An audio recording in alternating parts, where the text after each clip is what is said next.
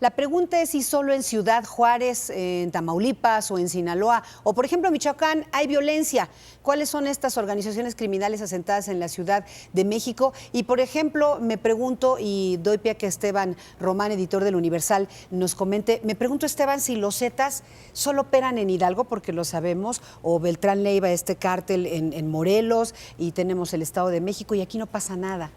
Sí, como acabamos de ver en la nota, tanto Gabriel Regino como Alejandro Gertz dicen, están ahí, no lo podemos negar, y de hecho es natural por 20 millones de personas, es la sede de los poderes federales, es decir, es inevitable, están aquí. Lo que coinciden ambos también es que están aquí, pero no operan como en las otras ciudades, porque no les conviene fundamentalmente. Entonces, la pregunta es más bien, ¿en qué momento o qué tendría que pasar para que llegáramos a los niveles de Monterrey?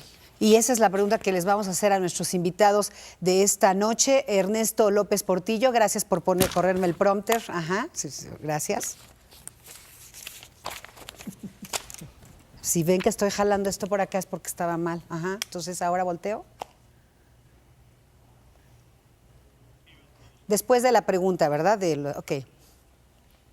5, 4, 3. Y precisamente, perdón, estaba viendo a Esteban, ¿no? Sí. 5, 4, 3, 2. Y esa pregunta, precisamente, Esteban, es la que vamos a hacer esta noche. Ernesto López Portillo, director ejecutivo del Instituto para la Seguridad y la Democracia, y al doctor René Jiménez Ornelas, investigador del Instituto de Investigaciones Sociales de la UNAM. Bienvenidos. Bienvenidos. Y bueno, para empezar, ¿hay o no delincuencia, sobre todo del crimen organizado, Ernesto, en el Distrito Federal y el Estado de México? Bueno, desde luego, no hay discusión respecto a si hay o no, cuando menos no hay desde una perspectiva seria. El tema tiene que ver, primero que nada, con la diferencia que muchas veces hay entre percepción y realidad. Y aquí hay un juego muy importante entre lo que dicen los representantes de las instituciones y los políticos, que de una o de otra manera intentan, hasta donde más pueden, disminuir el problema. Y por otro lado, los medios de comunicación que reproducen muchas veces el discurso que hacen los políticos. ¿Esto qué quiere decir? Pues que se invisibilizan problemas, se visibilizan otros en función de agendas políticas y también de agendas mediáticas. Por ejemplo, cuando sabemos que hay una balacera en algún lugar, cualquiera que sea el lugar, inmediatamente lo proyectamos como un problema mayor de inseguridad, pero puede haber muchísima inseguridad en lugares donde no hay balaceras. Pero muere gente, hay violencia familiar, hay violencia en las escuelas, hay violencia entre pandillas. Entonces, una cosa es lo que percibimos y otra cosa es lo que está pasando. En la Ciudad de México, las noticias asociadas a violencia de la delincuencia organizada apenas se empiezan a incrementar.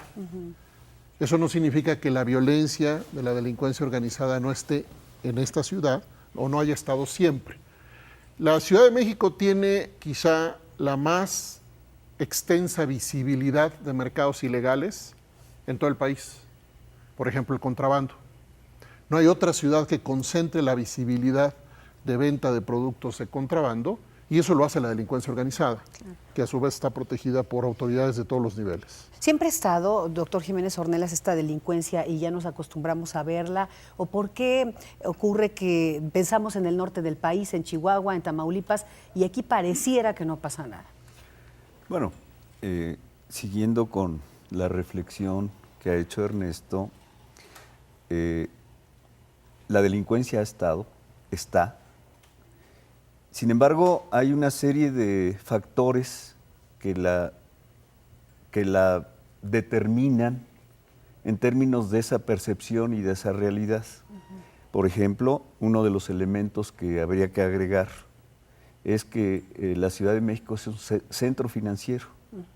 Y por lo que se ha visto en los últimos días, en el Estado de México, cuando menos, en la zona conurbada, habitan capos de segunda o familias, ¿sí?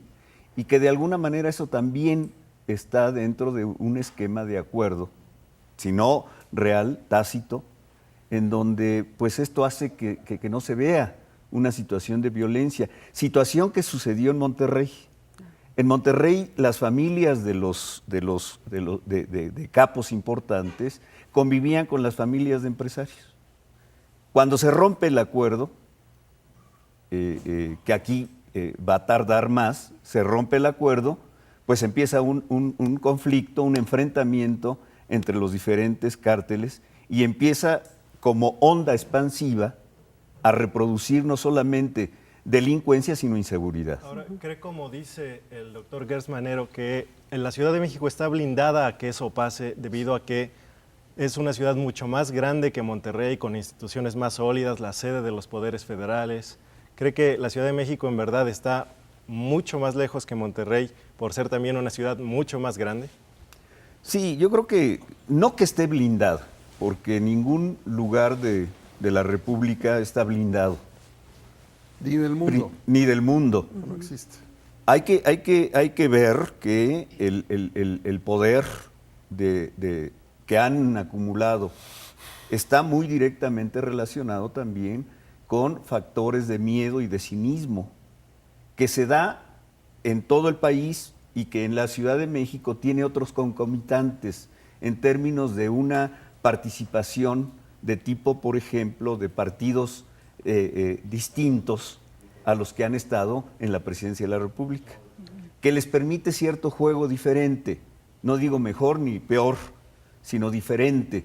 Y eso también ha permitido que la policía del Distrito Federal tenga diferencias, cuando menos en términos de aportación de factores de tipo social que no se tienen en otras policías.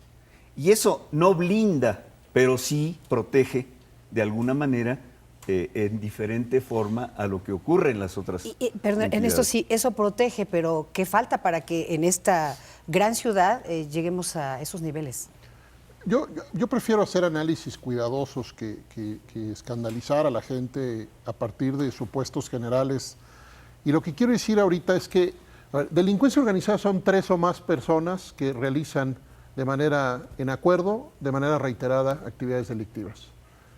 Eso está en todos lados, en México y en el mundo. Violencia entre la delincuencia organizada, eso es otra cosa. Y violencia visible entre la delincuencia organizada es aún otro nivel. En el caso de la Ciudad de México, pues la primera hipótesis que yo haría es que en el caso de esta capital existen acuerdos de tal estabilidad aún que permiten operar a la delincuencia organizada sin fracturas mayores, que la violencia no se ve.